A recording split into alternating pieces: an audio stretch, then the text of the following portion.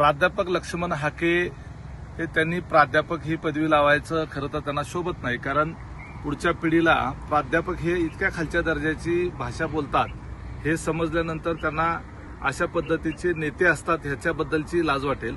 आणि राहिला प्रश्न लक्ष्मण हाके यांनी जे काही आरोप केलेले आहेत अजितदादाच्या संदर्भानं की ओबीसींचा निधी अडवला आणि अजितदादांची प्रतिमा ओबीसी विरोधी असा करण्याचा ते प्रयत्न करत आहेत, तर याच्यामध्ये एक गोष्ट लक्षात घेतली पाहिजे की लक्ष्मण हाकेंनी पहिल्यांदा एकतर अजितदादांनी ओबीसींच्या संदर्भातला निधी कुठं आणि कसा अडवला याचा काहीतरी पुरावा दिला पाहिजे, त्याची काहीतरी आकडेवारी दिली पाहिजे। अशा मोघम बोलण्यामधून निश्चितपणे समाजामध्ये जातीमध्ये तेढ निर्माण करण्याचा हेतू जो आहे तो लक्ष्मण हाकेंचा असावा असं त्या ठिकाणी दिसतंय। ओबीसींच्या विरोधामध्ये असण्याचा प्रश्नच येत नाही। आत्ताच आपण पाहिलं भुजबळ साहेब हे ओबीसींचे नेते हे राष्ट्रवादी काँग्रेस पार्टीचे आहेत आणि आता मंत्रिमंडळामध्ये शपथ घेतलेली आहे। राष्ट्रवादी काँग्रेस पार्टीचे प्रदेशाध्यक्ष सुद्धा ओबीसीचे आहेत, आमच्या महिला अध्यक्ष ओबीसी आहेत, धनंजय मुंडे पूर्वी मंत्रिमंडळात होते ते ओबीसीचे नेते, अशा अनेक उदाहरणं त्या ठिकाणी देता येतील। दत्तामामा भरणे मागच्या मंत्रिमंडळातही अजितदादाच्या सोबत होते आणि आताही सोबत त्या ठिकाणी अजितदादाच्या बरोबर कॅबिनेट मंत्री म्हणून काम करतात। अशी अनेक उदाहरणं देता येतील। अजितदादाचं नेतृत्व हे सर्वांना सोबत घेऊन जाणारं, सर्व समाज घटकाच्या बद्दल समानतेनं विचार करणारं असं अजितदादांचं नेतृत्व आहे। हा यशवंतराव चव्हाणांचा महाराष्ट्र आहे, त्या महाराष्ट्राला एक सुसंस्कृत विचाराची परंपरा आहे आणि लक्ष्मण हाके हे त्यांच्या वक्तव्यामधून अशा पद्धतीच्या या महाराष्ट्राच्या सुसंस्कृत परंपरेला छेद देत आहेत। आणि अजितदादांना ज्या बारामतीमधून तिथला मतदार निवडून देतो त्या मतदारसंघातले 60-70% मतदार ओबीसी आहेत हे लक्ष्मण हाकेंनी लक्षात घेतलं पाहिजे। अशाच पद्धतीनं गरळ ओकणाऱ्यांची काय अवस्था त्या मतदारसंघामध्ये झाली, कशा पद्धतीनं डिपॉझिट जप्त झाली हे देखील लक्ष्मण हाकेंनी लक्षात घेतलं पाहिजे।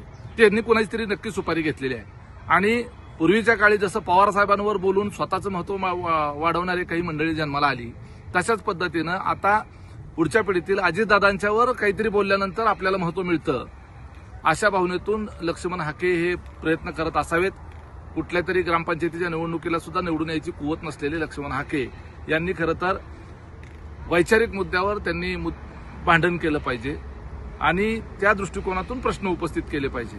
आपल्याला एका विशिष्ट परिस्थितीमध्ये ह्या राज्यामध्ये ओबीसी समाजामध्ये महत्व मिळालं म्हणून त्याचा टेम्पो जो आहे तो जो टीआरपी आहे तो कमी झाल्यानंतर आपला टीआरपी वाढवण्याच्या करता विनाकारण राज्याच्या एका महत्वाच्या नेत्याला त्या ठिकाणी टार्गेट करणं हे योग्य नाही।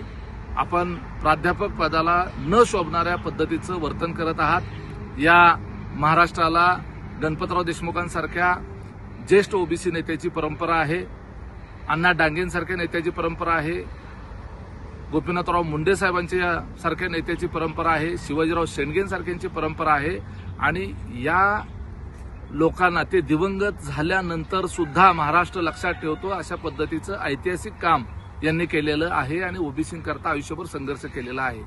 अशा पद्धतीनं विकृत पद्धतीची मनोवृत्ती ठेवून समाजामध्ये द्वेष निर्माण करण्याचं नेतृत्व कधी ह्या महाराष्ट्रानं स्वीकारलं नाही आणि ते कधीही या महाराष्ट्राच्या विचाराला स्वीकार्य नाही।